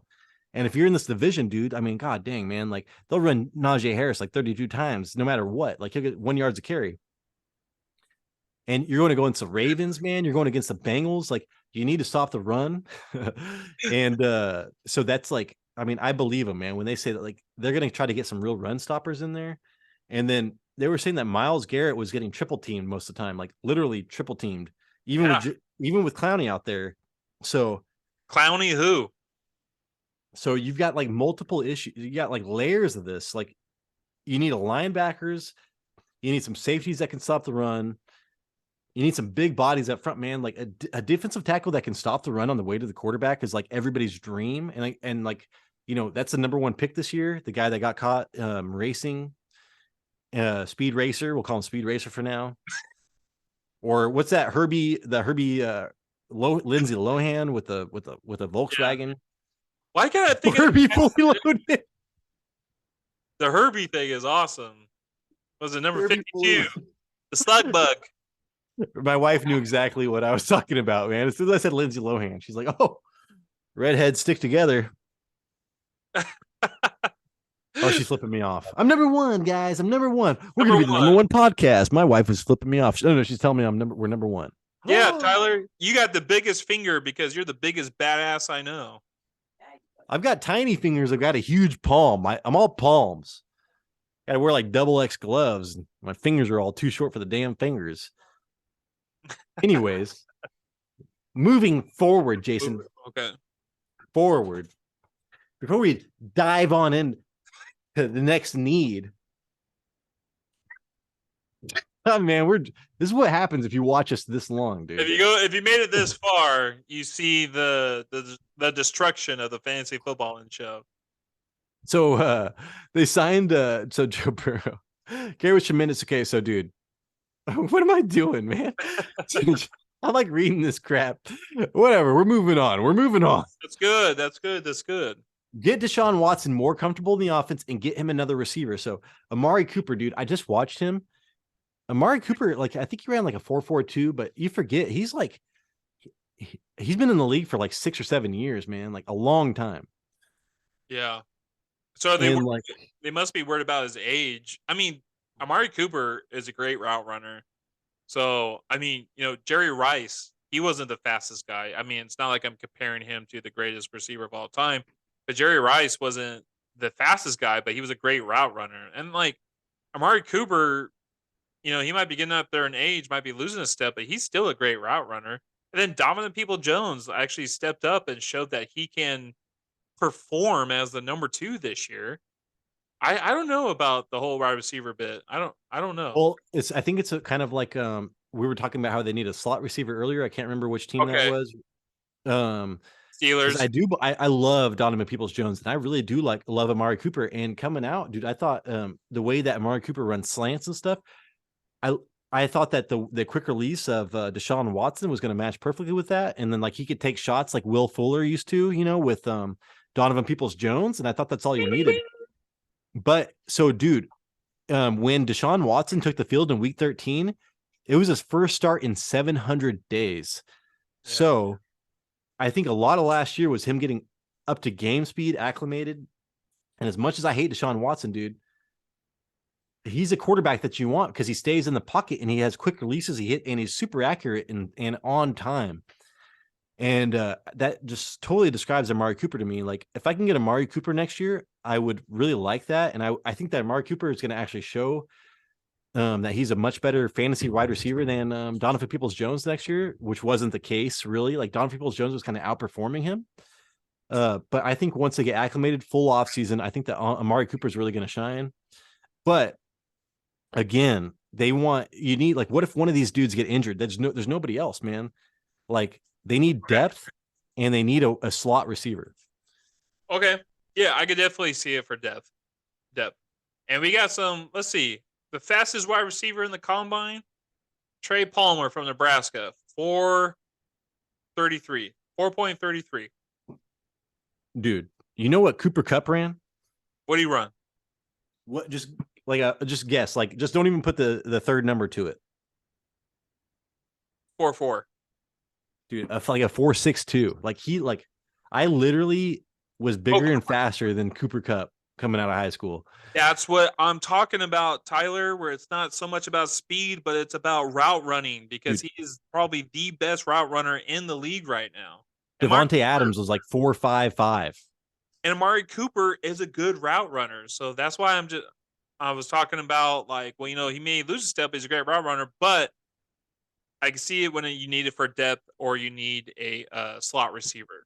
Yeah, I would just watch all star receivers 40 times on. I mean, check it up, dude. Star receiver 40 times on YouTube, and it literally goes through all the stars of the NFL. Justin Jefferson was pretty awesome. He ran like a 4.4, but like a lot of the top wide receivers, dude, ran really bad 40s. It was pretty amazing. So like my weight to 40s has shifted towards like I care more about shuttle and all that kind of stuff. Your quickness and route running, like you were just saying. Also, guess who the beat writers want them to sign, Jason? What wide receiver free agent can you think of off the top of your head? We already mentioned him once. Oh, that's funny because remember he was talking about going back to he said the Giants. He does not want to go back to the Browns. He wants to go to the Giants or the Cowboys. So DeAndre Hopkins. Yeah. How do you think he would do there? I mean, I would like that. He's going back to his old quarterback, Deshaun Watson. So they already have a rapport. That would be pretty good. I would feel bad for People Jones. Like he was a player that you had in your starting lineup this year for fantasy. I had him in mine as a flex for most of the time. But I can see that. I can see him doing more of like the drag routes or the curl routes. I'm just thinking, dude, like, because Amari Cooper is great, but I don't know how he's not the greatest in the end zone. I'm just thinking like Njoku was like their number one end zone target. It would be pretty good for them to have like a DeAndre Hopkins just for the end zone, really. Yeah, Njoku Red zone, sorry. and Njoku and Chubb or Hunt was mainly used for. And I don't think Hunt's going to be there because of the money. And then Jason, the Browns could have another third round pick at their disposal because the Titans have requested permission to interview their general manager. So if they lose their general manager, dude, they get a third round pick, which is kind of insane. Oh my gosh, that is insane. I thought it would be like a fifth or a sixth, Oh wow, so they get another third round pick. That's like a quality running back or wide receiver. So that is. Wow. All right. Well, we got some stuff that we're going to see that's going to develop here in the next couple of weeks, right? Yeah. Okay, because we got free agency actually hitting March 15th. March 15th, next Wednesday. 2 days after my birthday, people send me a present. And on my mom's birthday. Wish her happy birthday, please. Is your mom's birthday the 13th is mine? No, it's on the 15th. Free agency. Oh, okay. But yeah, so next week is going to be pretty big. I think next Friday, depending on free agency, we're probably going to do a free agency show on Friday. I'll get you some bread too. So, well, Jason, I think this show is over because I got to order some barbecue chicken pizza and some buffalo chicken bread. I'm okay with that because my Pizza Hut is ready on the table. All right, people. Hey, Jason's working his ass off out here, getting us subscriber after subscriber. I got us one. And hey, it was this cool dude from that other show. Yeah. But hey, no huddle. If you can continue to tell your friends, hey man, like, hey, this is fun stuff. We're talking about stuff. We're having fun. I know we seem like alcoholics, but we only drink 1 day a week. So there you go.